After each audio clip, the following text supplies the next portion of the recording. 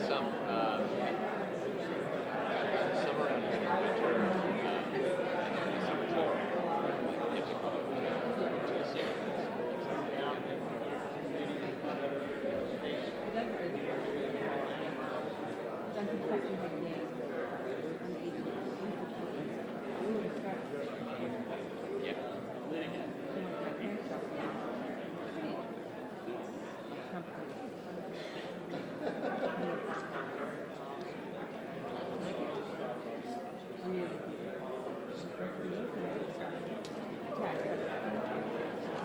Good morning, good morning.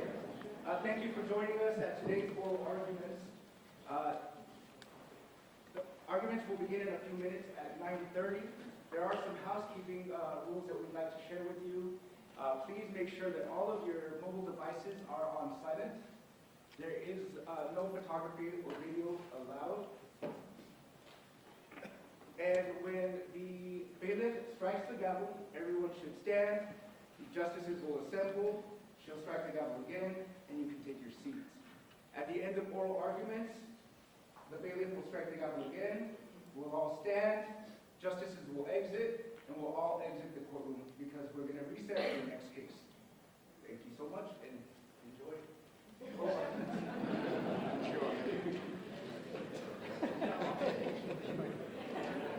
It's like so neon.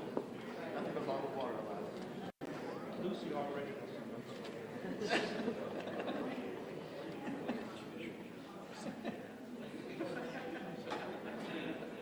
You see this disorganized pile of sort of It starts off at the top. Josh fails to say this.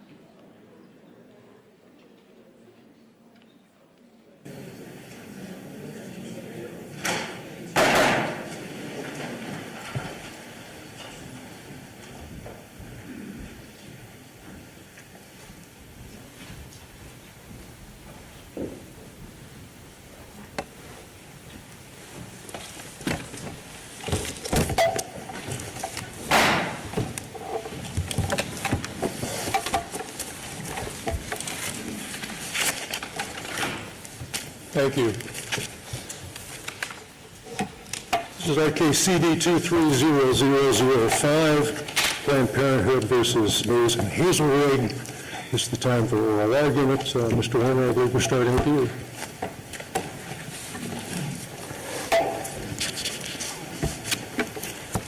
Thank you, Mr. Chief Justice, and may it please the court. I'm Jay Warner here on behalf of petitioners, Dr. Eric Hazelrig and the Yavapai County Attorney. For over 100 years, Arizona has fully protected human life from the moment of conception. In 1973, Roe v. Wade temporarily stopped that protection. That mistake put Arizona in a bind. Had the legislature done nothing, unborn life would have been fully unprotected, all the way up to birth, for 50 years. That was unconscionable, so the legislature reenacted Section 3603 to fully protect unborn life, except to save the mother. And it passed supplemental protections, carefully saying these laws did not repeal Section 133603. But Mr. Warner, that didn't actually occur right away. Nothing happened after 1973, absent a statute, I think, that said that physicians don't have to perform abortions. But then it just pretty much meandered along into the late 90s with a ban of partial abortion, and then a ban in 2000 with post-viability, with none of the language that you're citing that kind of came into existence around 2010 with the first 20-week limitation. So is that accurate, that up until 2010, there was no language and no indication in any of these laws that the legislature intended that 3603 be applicable?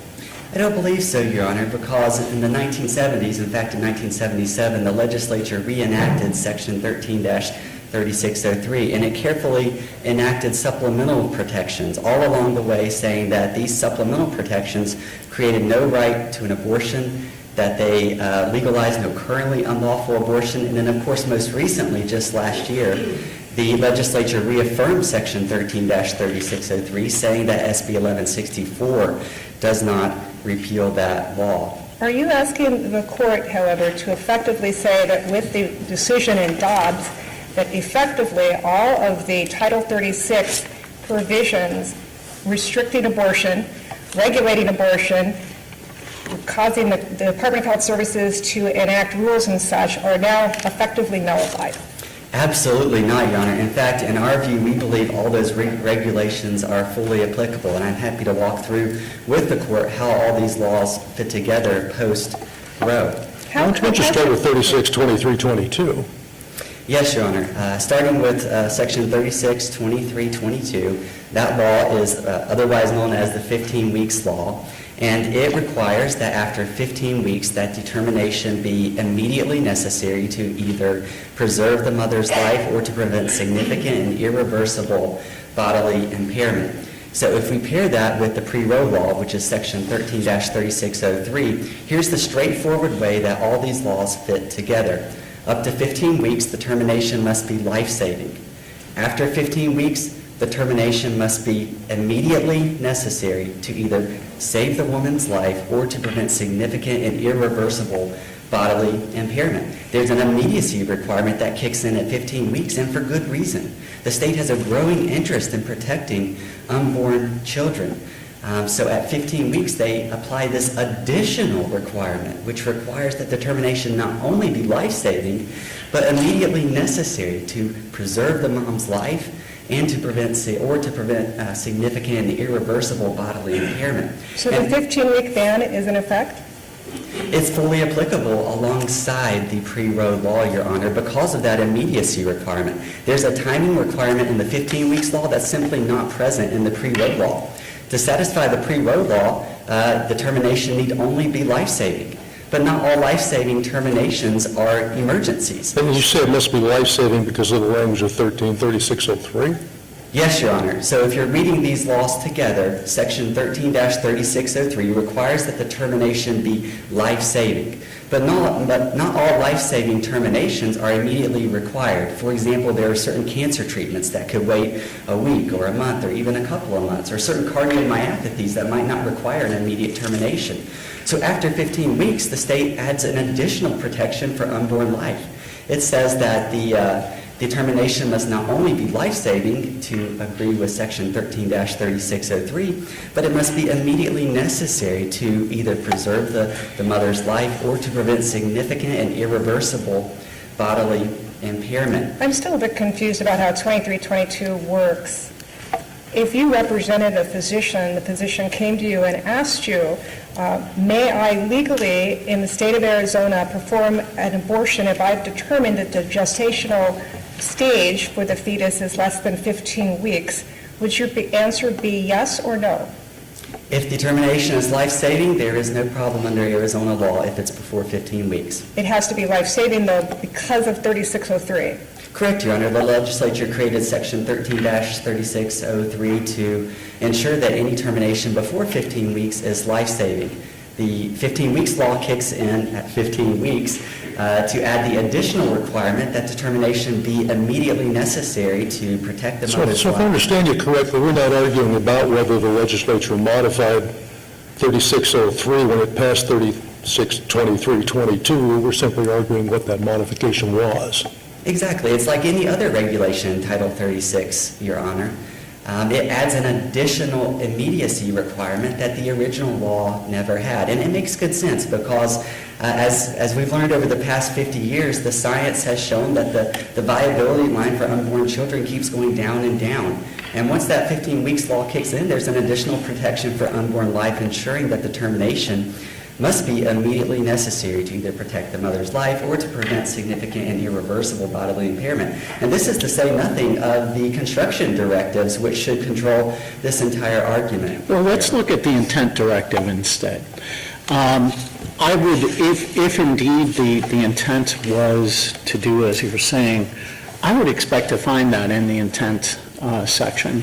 Instead, what I find is the following language. The legislature intends through this act to restrict the practice of non-therapeutic or elective abortion to the period up to 15 weeks of gestation. What I hear you saying is there is no such thing as elective abortion. So how do we follow the intent that the legislature actually told us to follow?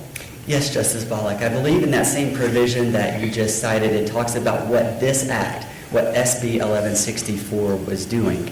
And of course, it does not pretend to regulate any termination before 15 weeks. That's what Section 13-3603 does. But that purpose language accurately reflects that the legislature was enacting this law in the context of Roe. Roe allowed certain abortions, and the legislature was basically setting the limit for permissible abortions here in Arizona. So that purpose statement really does nothing more than acknowledge what the effect of Roe was and say, look, we're coming in and we're issuing the ceiling to this law. Doesn't it also suggest that the language in 362322B, when read in light of the legislative intent in Section 3B of the initiative,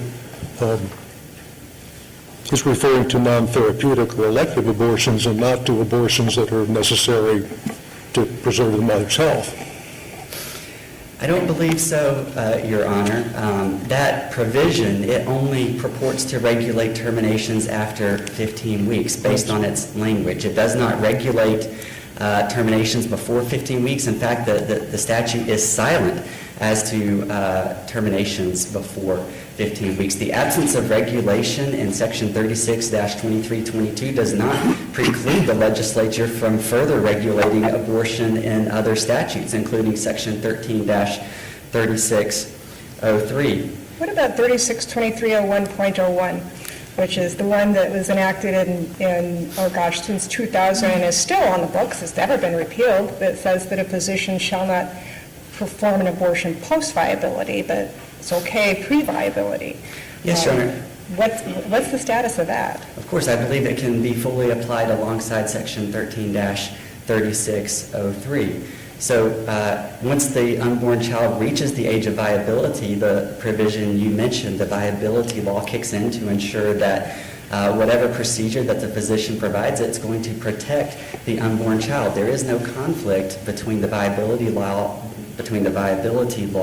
and Section 13-3603. That provision does not allow any termination that Section 13-3603 forbids. And I want to address the construction directives because I think that they are critical to understanding how these laws fit together. First, SB 1164 says Title 36 does not repeal Section 13-3603. Repeals can be full or partial, and they occur even when the law's scope is limited. Under the interpretive direction canon, Title 36 cannot limit Section 13-3603, and other canons cannot reverse this priority because the legislature has expressly given this priority in its construction section. Second, Title 36 creates no right to an abortion. The legislature did not say fundamental right, constitutional right, or any other kind of right. It's just talking about a plain old right. But do you need to give the woman a right to an abortion in order for the legislature to decide we're going to restrict who we're going to prosecute for performing abortions? Well, Your Honor, I would say under respondents' view, every outcome ensures that either the woman or the physician has a right to perform an abortion. And it creates a right three different ways. First, it creates a statutory right to an abortion because under respondents' view, Title 36 expressly permits terminations before 15 weeks by statute. Second, it creates a negative right to an abortion. It ensures that the government cannot apply Section 13-3603 to regulate physicians. And it creates a conditional right to an abortion, ensuring that if physicians complete the requirements of Title 36, they can complete a termination before 15 weeks. The legislature intended none of this by design by saying that Title 36 creates no right to an abortion. Third, Title 36 legalizes no currently unlawful abortion. And to be fair, I think this provision could be read two ways. It could be read to suggest that this law legalizes no currently unlawful abortion at the time that the act was created. That's one view. I think the better read, though, is that this provision is directing courts how to construe the law at the time that they are asked to interpret it. They're saying this law legalizes no currently unlawful abortion. And in context, it comes underneath the construction section in the statute. So the legislature is telling courts this is how you should construe At the this time law. this was passed, abortion up through the second trimester was effectively legal because of the decision of Rowan and Casey. Was that what it's referring to? So really, there was certainly a broad permission for abortion in the state of Arizona at the time this was passed. Is that what the currently unlawful means? I don't think so, Your Honor. And I think in context... It doesn't mean unlawful except for the United States Supreme Court. I think what this provision is getting at is when it says that Title 36 legalizes no currently unlawful abortion, it's talking about currently at the time when the law is being interpreted. We often talk about current or currently in this situation. So it's current in light of what happens in the future. Well, for example, Your Honor, if I said... But that seems like an unreasonable reading to me. But. Well, let me try to persuade you, Your Honor. So we often use current or currently even when referring to future conduct. For example, if I say use the current password next month, I'm not saying use the password that's going to work today. I'm saying use the one that's going to be in place next month. Or another way of saying it is use the password that's currently applicable next month. And I think in context, this really gives this provision meaning because over the past 50 years, the legislature is creating increasingly pro-life laws. And if they're saying that this law legalizes no currently unlawful abortion, it's not really going to have much meaning if the laws are getting stricter and stricter in this context. Well, couldn't they have simply said, been a little clearer for all of us, and said that if Roe versus Wade is overruled, that in that case, this the 133603 will take place, or in the next legislative session after the Dobbs decision, simply do just that. Your Honor, we could certainly, I'm sorry, go ahead. Your Honor, we could certainly debate all of these provisions, but I do believe the grammar is sound. What the legislature did give us is that it said, look, this 15 weeks law, it doesn't repeal Section 13-3603. It creates no right to an abortion, and it legalizes no currently unlawful abortion. Could the legislature have... So what was the point of it? Why pass this? Well, it didn't do anything. Well, two responses, Your Honor. Of course, at the time that the legislature passed the 15 weeks law, the Roe v. Wade decision was in full effect. So they were legislating against the... In fact, they hoped what would happen was that Dobbs would come down and find the Mississippi law to be constitutional. They were certainly legislating in the context of what was happening in Mississippi, but they didn't mirror everything that Mississippi did. Arizona is certainly free to use its own words to accomplish its own objectives, which is what it did here. And like I mentioned earlier, the 15 weeks law still has tremendous meaning even after the injunction below is lifted. That's because it adds an additional requirement onto Section 13-3603 and requiring that determination not only be life-saving, but immediately... In fact, if Dobbs had come down the way they anticipated, what they intended was this statute would make abortion possible up to 15 weeks in the state of Arizona. Elective abortion. That's why they passed this, isn't it? Well, Your Honor, we can debate the legislative intent here, but I believe the legislative text is clear. What the legislature did is that it created an additional requirement on top of Section 13-3603. Up to 15 weeks, the termination must be life-saving based on the pre-Roe law. After 15 weeks, the termination must also be immediately necessary to protect the mother's life or to prevent significant and irreversible. And the point I'm trying to make with you is I think that if in fact Dobbs had done what the legislature intended, that would not be the argument you'd be making. You'd be making this as constitutional because it allows an elective right to abortion up until 15 weeks. But what I'm suggesting to you is what it looks to me like is their intent was to create a statute that would accomplish that. And they just got more than they asked for. Well, I think they were legislating understanding that multiple outcomes were in place. Certainly if Roe stayed the legislature's hand and they could not fully apply all the laws that they passed over the past 50 years or even 100 years, that's one thing. But what the legislature did was it ensured that if the Dobbs decision was a win, whether the court simply upheld the 15 weeks law or whether it went the whole way and reversed Roe, that unborn life would be protected to the greatest extent possible here in the state of Arizona. Now, And at the time that 2322 was passed, we previously had the 20-week limit. Now you have the 15-week limit. The 20-week limit had been declared unconstitutional by the Ninth Circuit under the Isaacson case. So I was, assumingly, that the 15-week ban or limit was already unconstitutional as soon as it was passed, accepting Dobbs. Is that accurate?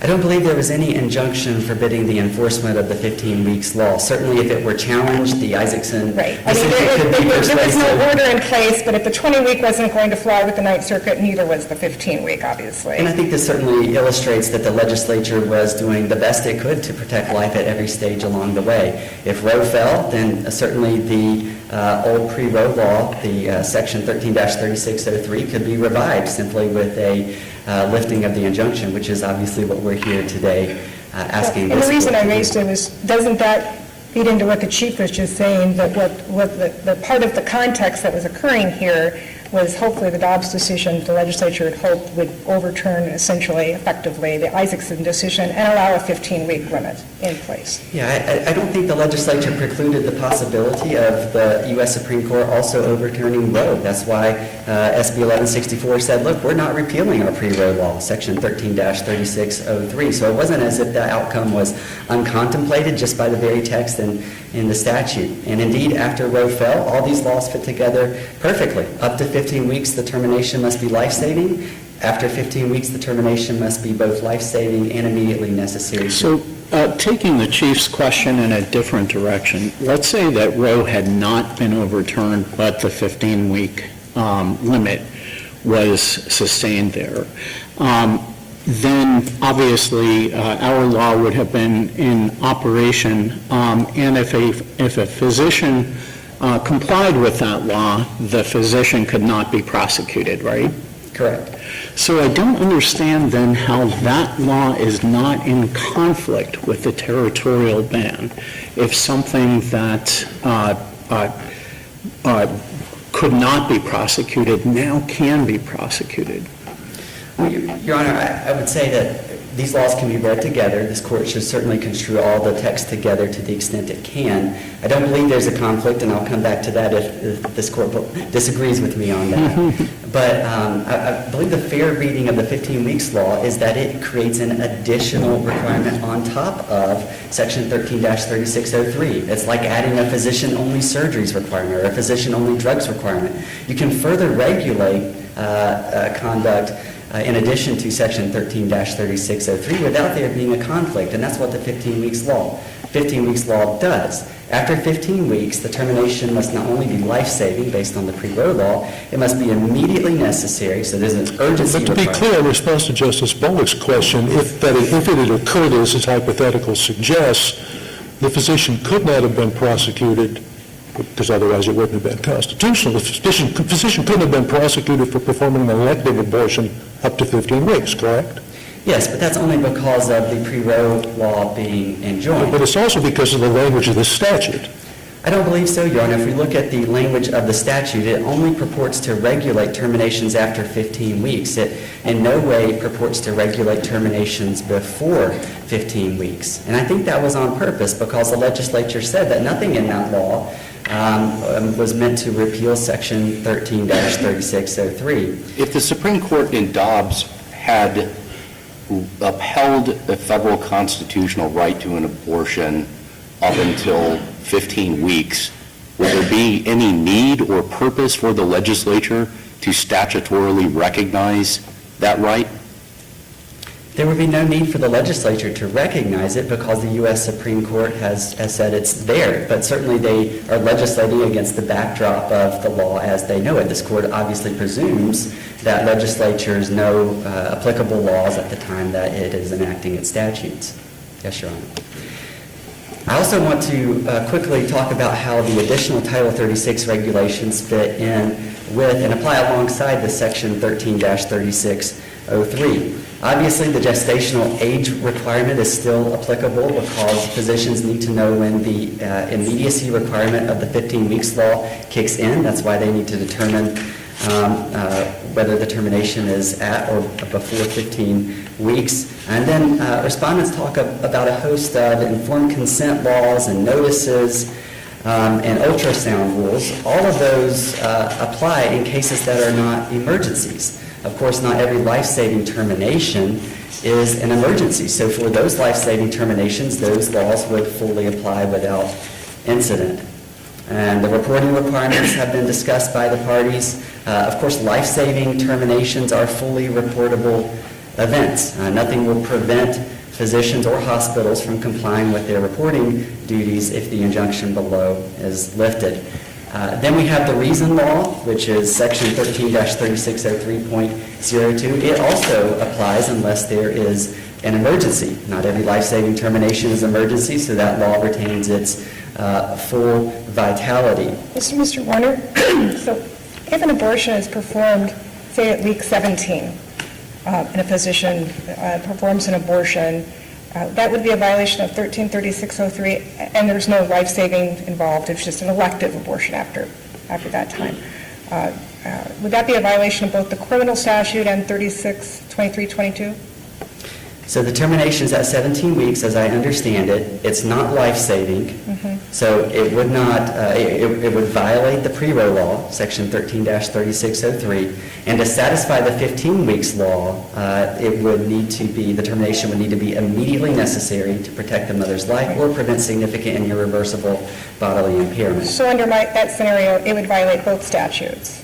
If it was not immediately necessary, as I understand your hypothetical, Your Honor, that's correct. And of course, I'm getting to the next question, which is, but there are different criminal penalties under each of those provisions. So it's a 2 to 5 year imprisonment term under what we've been calling the territorial law, and then it's I think a class 5 felony, or class 5 felony, which is a different punishment. So what do we do with that conflict? Well, as I understand it, the parties do not dispute that these laws regulate separate offenses. Of course, other law would kick in and ensure that that the prosecutors would have discretion to choose, just like they would have discretion to choose under any other law, which that they were going to prosecute under, depending on if the elements were satisfied. Does that do a due process problem for notifying physicians of the potential consequence of violating the law if you're depending on, I guess, 15 different county attorneys' discretion on under which law that they will prosecute?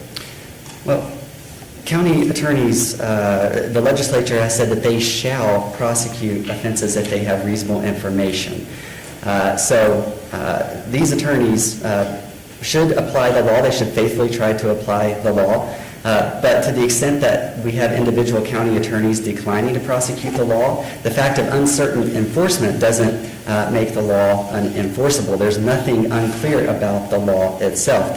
Another way of saying it is that there's nothing uncertain about the law, and if there's uncertain enforcement, that means that county attorneys should apply the law as given, consistent with their statutory duties. I see my time is about up for opening argument. Unless there are other questions at this time, I'd like to reserve the balance of my time for rebuttal. Very well. Mr. Guerrero.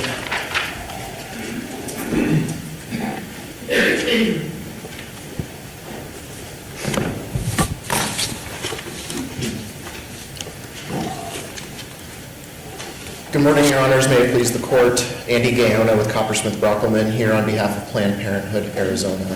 As the Attorney General's motion regarding oral argument previewed, our side has decided to try to divide our time as best we can, understanding that that may not happen as we wanted to, but Do you keep track of the time? I will endeavor to take up about 13 minutes, the Solicitor General 12, and the Pima County Attorney the balance, which would be 5 minutes.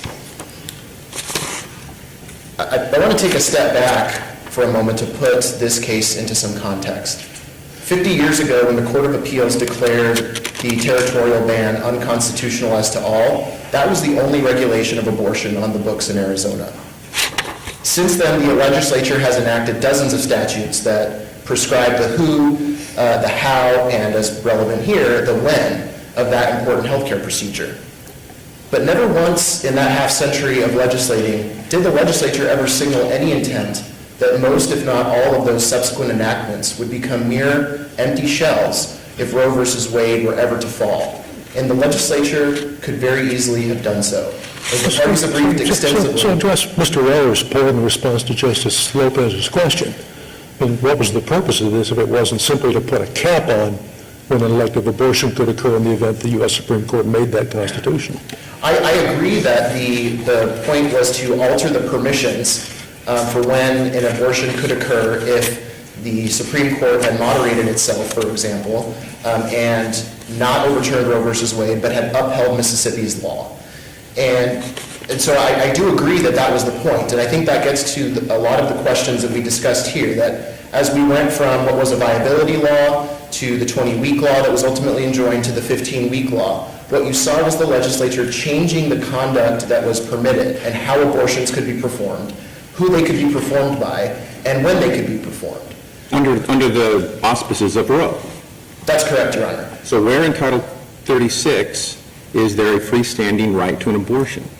Your Honor, we have never maintained that there's a freestanding right to abortion in Title 36, nor does That genesis of that right came from Roe. that's the Roe Casey. we fully concede that the legislature was at this time was legislating against the backdrop of Roe. But the interveners have said, well, because in the construction provision, the legislature disclaimed the creation of any right and cite a definition of a Black's Law definition of the word right, QED, they win.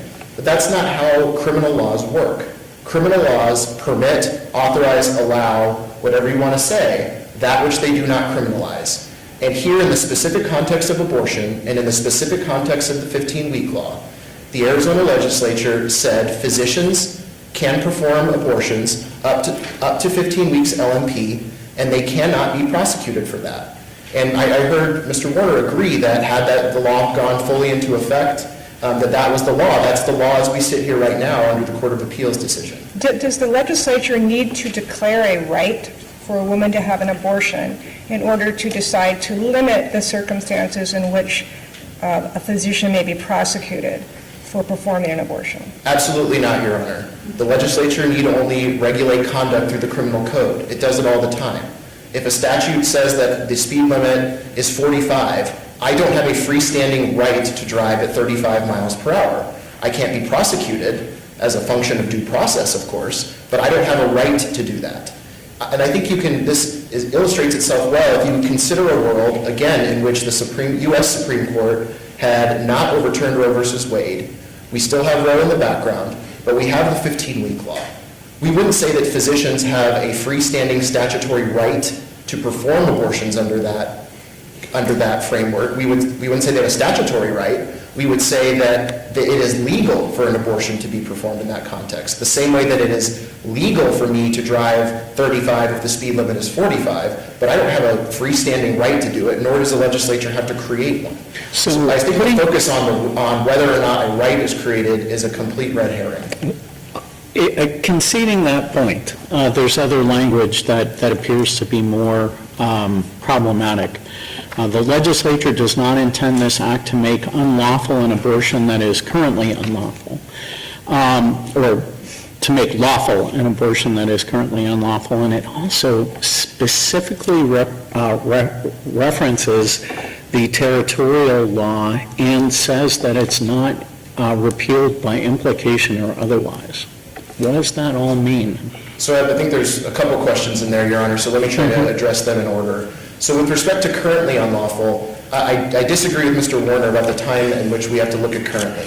Currently means the world in which the legislature was enacting that statute and when the bill was enrolled. What about ARS 1, Section 1-214 that provides that words in the present tense include the future as well as the present? I think there's a couple responses to that, Your Honor. The first is that currently is not a verb, so it doesn't really have a tense in the traditional sense. So I'm not sure we can apply that particular statutory construction piece to that. But the other thing is there's a perfectly valid explanation for that exists completely outside of this, which is that there are a host of other statutes that continue to limit the abortions that physicians can perform in Arizona. Mr. Warner mentioned one of them, and perhaps the biggest one that's been in the discourse in the reproductive rights space, which is what has been called the reason ban. That there's a separate statute within Title 36 that bars physicians from performing elective abortions if they know that it is for certain prohibited reasons. So I think what the legislature was doing there was signaling that when we are enacting this revised permission for physicians, we are not intending to repeal the prohibitions we placed earlier on physicians, which would include the reason ban, for example. So I think that's how you can fairly easily deal with the currently language. As to the not wanting to, or the second part of the construction section about not wanting to repeal impliedly or otherwise 133603. But I think it's important that the statute doesn't just say that. It says 133603 or any other statute regulating abortion. And so on that point, I would say two things. The first is that, to take the second part, to adopt the intervener's view and construction of the statute would in fact actually impliedly repeal scores of statutes because they would become useless and unenforceable. I think one of the amici on their side said that some laws, to be sure, some laws may get dusty, which I appreciate as a writer, but it's a very clever way to say that they will be unenforceable and in fact impliedly repealed. The second thing I would say is that by harmonizing the statutes as the Court of Appeals did, the statutes being the territorial ban and the 15-week law, nothing has been repealed, either fully or partially. The ARS 133603 remains on the books today. It's never come off the books. And we concede, Planned Parenthood conceded below, that the injunction should be lifted, in part, such that 133603 could be enforced against non-physicians. We agree with that. That is, a statute that can be enforced is definitionally not repealed. Would it be enforceable against physicians past 15 weeks as long as it was an elective abortion? No, Your Honor. We believe that in enacting the 15-week law, that is now the criminal prohibition for physicians who commit elective abortions outside of the scope of that law. What I would say further on this repeal point, because this, I think, is the two primary arguments that interveners now rest on, and which have been... Let me make sure I understand before you move on. So you say a physician that performed an elective abortion after 15 weeks couldn't be prosecuted under the territorial statute, but could be prosecuted under the new statute 2322. Correct, Your Honor. Okay, I understand. Thank you. And on this point of implied repeal, I would say one other thing, which is that this court has drawn a distinction in its case law. The most recent example I could find was in the Cave Creek versus Ducey case, which I think was 2013, about what you do when there are statutes that appear to conflict, that there is a difference between implied repeal and implied amendments. And so this is where I think looking at the construction provision of SB 1164 is important, because what it says is that the legislature is not intending to repeal impliedly or otherwise 133603 or any other statute. It does not, as Mr. Warner got up here and just told you, it does not say anything about limiting. It does not say anything about impliedly amending. And I think that is if we are looking to what actually happened here, when you have a series of statutes that are not self-referential, that don't necessarily say we're repealing an old permission, we're just putting something else on top of it. What you have in effect is an implied repeal, and that's okay. And in fact, this court, in citing an example of an implied repeal that was perfectly okay, cited a case called Reeser, which is, and I will give you the quote here because I don't believe any party has cited it before, but it's 109 Arizona 473, excuse me. And there you had an old statute, there was a tax statute, the most exciting kind, of course. You had an old tax statute and a new tax statute. There were differences between them. And this court ultimately said, we find that the newer enactment impliedly amended the older enactment. And we read those things in harmony. And the court's language there is that those two statutes, quote, should be read and considered together, and both should be given effect where possible. That's exactly what the Court of Appeals did. That's exactly what we are asking this court to do with respect to the territorial ban. How do you respond, though, to Mr. Warner's point that he can read them together as well? He simply says that past 15 weeks, there's the additional added requirement that you show that that is immediately necessary to save the woman's life, and so that can work in harmony with 133603. But I think the problem, Your Honor, is that that construction would, in fact, impliedly repeal an entire subsection of 2322. And the legislature, when enacting this, was making, surely it wasn't intending to do nothing if Roe versus Wade were to fall, or even if Dobbs had come out the way everybody thought it might, which was to uphold the Mississippi law. And I think in this context, if we are looking to not to operative law, but to session law for legislative intent, if the legislature's intent was truly that the 133603 should be resurrected in full and enforceable as to all if Roe versus Wade were to ever be overturned by the U.S. Supreme Court, I don't think it's too much to ask the legislature to state that clearly. And they clearly didn't do that. We've talked a lot about what the legislature has said in this context, but let's not forget that the governor that signed this bill into law, no fan of abortion rights, I think we could all agree on that, both pre-Dobbs and post-Dobbs stated his belief and his understanding that the 15-week law would be the law of the land regardless of what happened with Roe versus Wade. We have a problem. There was a problem here. The legislature could have fixed this up front, as the Vice Chief Justice pointed out in one of her questions in the legislative session that came after. They could have tried to clarify it there. They didn't. The fact of the matter is the legislature did not enact a full version of Mississippi's law, which everybody agrees our 15-week law was based on, because they didn't have the votes. They left out two key sentences of the construction provision from Mississippi, and had they done that, we probably wouldn't be standing here today before you.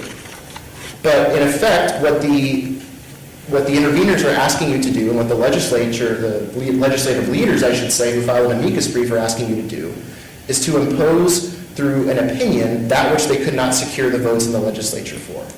This is ultimately a policy question. Should we have a total abortion ban in Arizona that is enforceable against everyone, including doctors? Well, my client has a position on that, but that is not a decision that this court should be making. And what has happened here is that decision has been thrust upon you.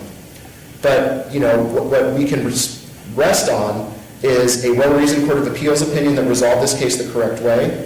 And we can also say that we have the backdrop of settled canons of statutory construction that resolve this case. And to be clear, there's no doubt that in this case, whether even the 15-week ban is constitutional under Arizona's constitution, explicit privacy rights, that's not an issue in this case. Correct, Your Honor. Purely statutory construction. Correct, Your Honor. And I see that my time has since expired. I'm going to try to keep this as best as I could, but I'd just like to leave the court with one thought before I sit down. And that is that abortion is health care. And I'm not sure that anyone has ever said those words in this courtroom before, so they bear repeating. Abortion is health care. And what that means is that this court's decision will have a profound impact on the ability of pregnant Arizonans to access that health care from PPAZ and other providers. Thankfully, reaching the correct decision is not difficult. As we've argued, a straightforward application of this court's precedent dictates the outcome squarely in PPAZ's favor. But of course, the only reason we're here today is because in Dobbs, the U.S. Supreme Court cast aside precedent when doing so was not necessary to decide the case before it. We urge the court not to make the same mistake. Instead, this court should affirm the opinion below and affirm that Arizonans have access to abortion up through 15 weeks LMP. Thank you, Your Honors. Mr. Bender.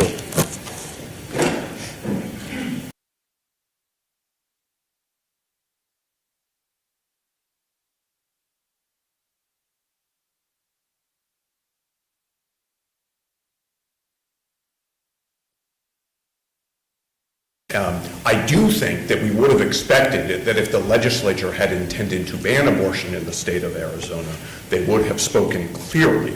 They would not have used ambiguous construction language, which is what ultimately interveners rely upon. But what about when the fact that when the legislature, when it drafted 362322, it did not amend or repeal 133603, it just left it alone?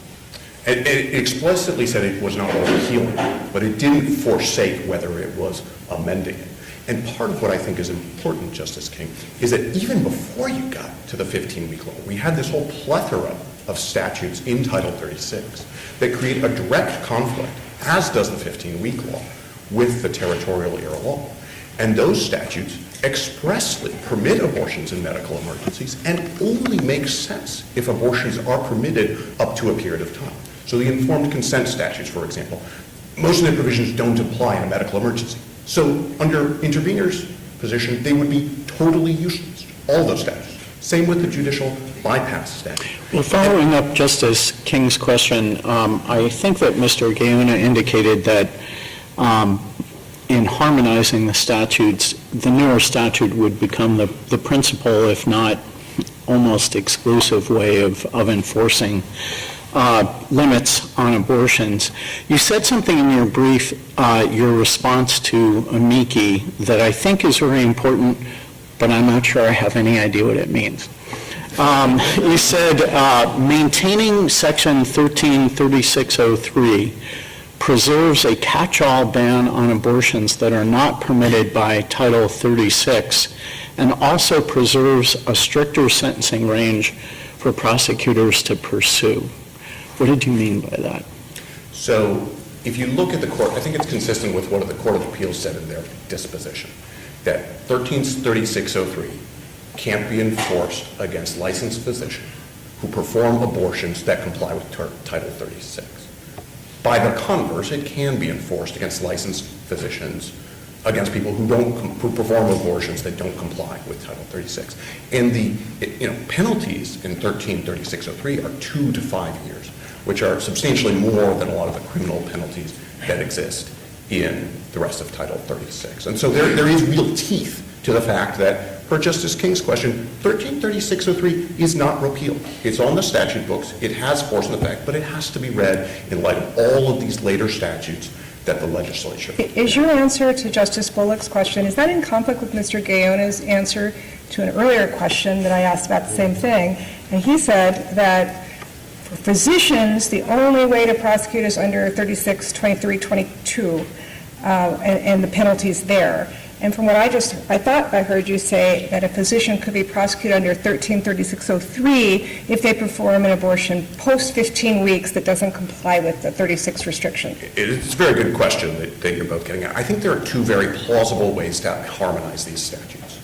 One is that what remains of 133603 is it applies to non-physicians, given the extensive regulations in Title 36, and that's the one Mr. Gaona was advancing. The other is that 133603 also applies to physicians when they are acting in a manner that doesn't comply with Title 36. I think both of those are very plausible ways that the court could harmonize the statute. The Court of Appeals, honestly, was not always clear as to which of those two it was adopting. If you look at some of their earlier part of the opinion in the disposition, it's not totally clear. I think the court could do either of those. So that isn't contrary to the Planned Parenthood's position? The second interpretation is, I know Mr. Gaona disagrees with. Yes, I think they're both plausible, and they both give effect both to the territorial era ban and to the express permissions contained in the text of both the 15-week law and other provisions in Title 36. And the text is very important. It says that a physician can't do an abortion unless he does certain things, or except if certain things. And except and unless are words that means if you fulfill their conditions, you're allowed to do the thing that you're only allowed to do if those conditions obtain. And that's We see that in the Village case from the U.S. Supreme Court, which was also construing an unless clause in an abortion statute. We see that in the way our legislature has enacted other statutes, which we cite in our briefs. We see that just in the way people ordinarily use those words. They're words of authorization or permission. They're not words of rights, to Justice Bean's question, but they're words of authorization and permission. And that creates an express conflict with the territorial era law that this court has to deal with through ordinary tools of harmonization, not through repeal, but ordinary tools of harmonization. And what's critical is that the legislature wanted to do what the interveners said, then they would have just included one sentence from the Mississippi law, which our 15-week law was based upon. And that sentence said, an abortion that complies with this section but violates any other state law is unlawful. They didn't include that, even though they borrowed the Mississippi law. And there are plenty of cases from this court, Welch, Boucher, making clear that when the legislature has an opportunity to adopt certain language or uses a model statute and omits language from the model statute, that omission is an important statutory choice. In addition to that, the legislature never enacted any other provision ever stating that the older, more general law, 133603, would prevail over the newer, more specific laws. And really what the interveners want is to have you turn the normal rules of statutory construction on their head, but without any enactment from the legislature telling you to do so, just based on their supposition that that's what the legislature intended. But if the legislature wanted its intent to become law, they needed to enact their intention into law, and they didn't do that. If the legislature had intended to ban abortion in this state, we would have expected it to speak clearly. We would have expected it not to use language that confused other members of the legislature, the governor who signed the bill, and who gave the hard call to this court.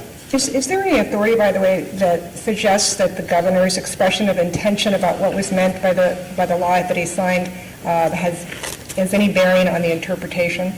I mean, usually we're looking at legislative intent, and so the idea about the governor saying anything, I just wonder, well, what's the authority for that? I don't know if there's express authority there, but I think it's indicative of the fact that at the very best for the other side, their language is ambiguous. And if you thought the legislature was really going to make this massive policy change, you would have thought they would have been a little clear about it, so at least the governor who was signing it would have known what he was signing and would have agreed with the legislature on this critically important issue. One of the points that Mr. Warner made, and this is a more minor point, is he distinguished between life-saving abortions and abortions in medical emergencies. And he said not all life-saving abortions are emergencies. I do want to note that's contrary to what the petitioners said in their petition for review on page 10, in which they conceded that a life-saving abortion is a medical emergency. As for the issue of currently, I agree with Mr. Gaona, it's not a verb, so 1214 doesn't apply. But 1214, to your question, Justice Pollack, is also a presumption. That's what ARS 1211 tells us. And the court applies that presumption unless the legislature is otherwise clear. There's not another form of currently to use. Currently means the present tense, right? And so if they're using the word currently, and as they said in that sentence, the legislature does not intend this act to make lawful an abortion that is currently unlawful, they're talking about their present intent. And so we don't need 1214 because the words are clear on their own. I'd also point the court to its decision a couple months ago in the Avitius case, in which the court looked at the tense of statutory words to figure out what duty those words imposed. And it didn't say, well, we rebut that based on 1214, because the court could tell that the tense of the words actually indicated the meaning of the statutes in question.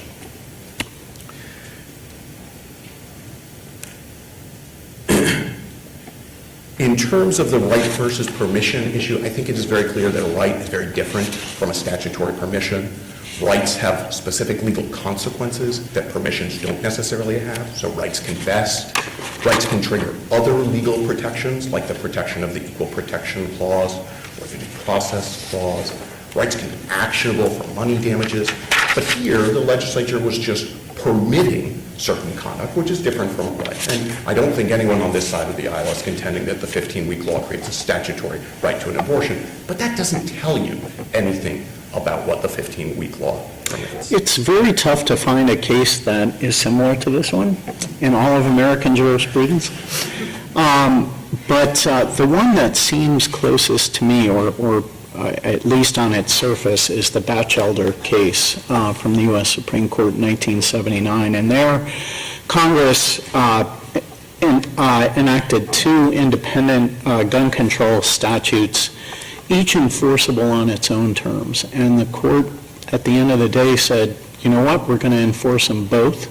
It's a matter of prosecutorial discretion on how to enforce them. And there's no due process violation, to return to a point that the Vice Chief Justice was asking about. If the law is very clear in both instances, and I doubt that you are arguing that the law is unclear in either of these statutes, but in fact, I think they're rather measures of legislative clarity, at least insofar as the text is concerned. Why is that not the lodestar that we should follow? It's a good question, Justice Bullock, and I'll confess I haven't read that case, at least recently, so I appreciate your summary of it. What is critically different here is that the 15-week law and many of the other statutes in Title 36 contain permissions and not just additional prohibitions. That's based on the plain text. And so you have a conflict that I think, based on your description, you didn't have in the Batchelder case. There you just had several prohibitions, right? We prohibit DUI in several ways. Right? It's a different crime if your BAC is above a certain level. We can have overlapping prohibitions. The issue comes when we have a combination of permissions and prohibitions. Then we have statutory conflict. We need to do statutory harmonization. And given the basic canon that more specific and recent statutes govern to the extent of conflict over older, more general ones, I think the Court of Appeals got it right. I should yield the remainder of my time to my colleague from Pima County. Mr. Brown, you have 3.5 minutes. And can you break the tie between your colleagues? I will attempt to be succinct. I'm here to speak directly to Vice Chair Timmer's point about due process. In Arizona, the law must be clear. Here, as we just mentioned, there are conflicts when we are attempting to criminalize in one law that which is permitted in another. The Court of Appeals interpretation here makes the law clear. Doctors can provide an abortion before 15 weeks or in a medical emergency. I hate to ask this threshold question, but where is the rule that Arizona law must be clear? That is a great point. I think that's rhetorical. I was actually hoping there was an answer to it. We have searched. In Hayes, the court found that when interpreting statutes, we assume our legislature has enacted them to avoid unconstitutional results. Due process requires that laws make sense to ordinary people. What the intervener has argued to you is that due process problem is resolved at the back end when prosecutors are making decisions. We submit to you that process needs to be addressed at the front end. People need to be on notice of what's prohibited, what's illegal, and leaving it to the back end doesn't solve the constitutional problem. But as Mr. Warner quickly points out, the physicians are on notice that you may not perform abortions at all under either statute, unless it's life-saving, that kind of thing. So you're on notice, the physicians are on notice. There seems to be a confusion on what the penalty will be for that. Does your argument on due process apply to the penalty phase as well, or are you saying that it's unclear what's prohibited under Mr. Warner's interpretation? Your Honor, I'm arguing the latter, that under Mr. Warner's interpretation, even within the text, there are some issues. For instance, 3622 allows an abortion in a medical emergency. 3603 would criminalize that very same act. Another example, ectopic pregnancy is defined as not even an abortion in Title 36. That is an act that would be criminalized under 3603. And finally, the most obvious one, which is an abortion by a licensed physician complying with Title 36, is allowed under Title 36 and is criminal under 3603, given the intervener's interpretation. The intervener also suggests that nothing suggests prosecutors will make arbitrary enforcement decisions. We are here today from the Pima County Attorney's Office with a different interpretation than the Yavapai County Attorney's Office. The former governor has had a different interpretation of the statutory scheme than the former Attorney General. And as the amicus briefs make clear, legislators who debated and voted on this bill have different interpretations. There is maybe never been a case where there is a potential for arbitrary enforcement such as this, and we're asking you today to resolve that for the statutory construction problems and issues that have been discussed, but also bearing in mind the constitutional problem that doctors and the people of Arizona need to be clear on what is illegal and what is legal.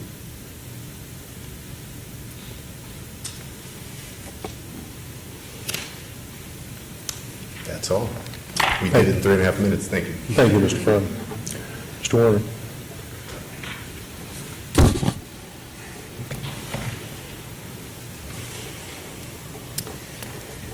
Thank you. Title 36 and Section 13-3603 fit together in a very straightforward way. Up to 15 weeks, the termination must be life-saving. After 15 weeks, the termination must not only be life-saving, but immediately necessary to protect the mother.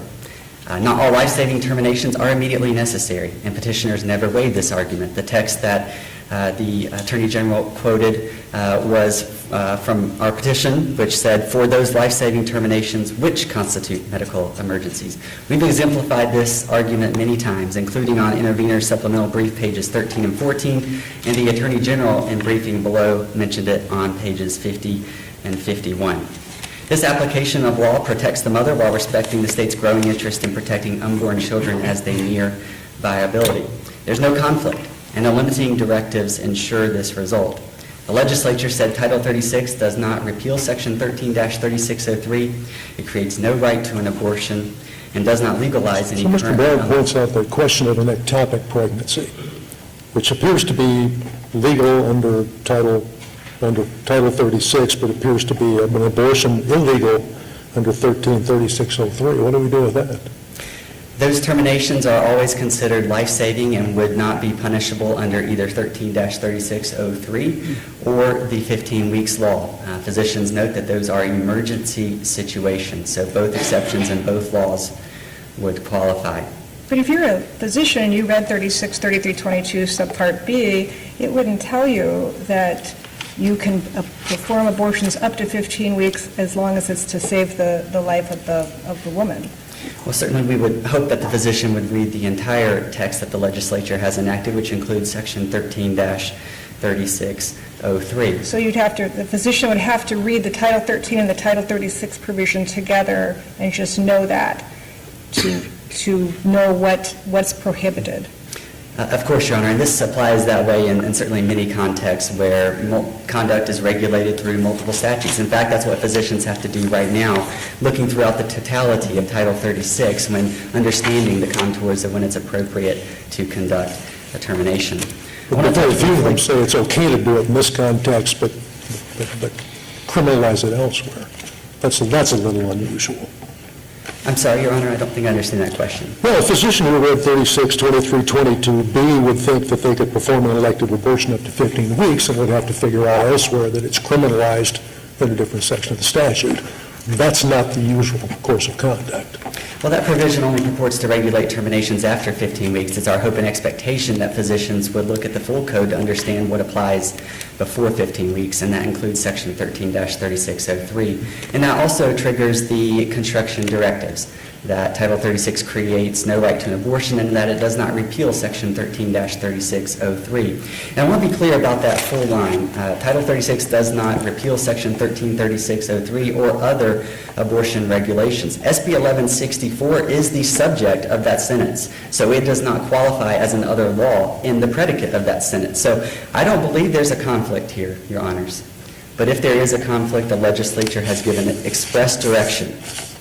The pre-row law, Section 13-3603, is the winner if we have to choose between Section 13-3603 and Title 36, specifically SB 1164. How do you respond to Mr. Gayona's point that the reference in the session law to, or other laws regulating abortion refers to what he called the reason law, could also refer to the judicial bypass law as well, that you still would need to get permission of the minor or minor's parents or a court before 15 weeks. So why couldn't that language refer naturally to those types of of statutes?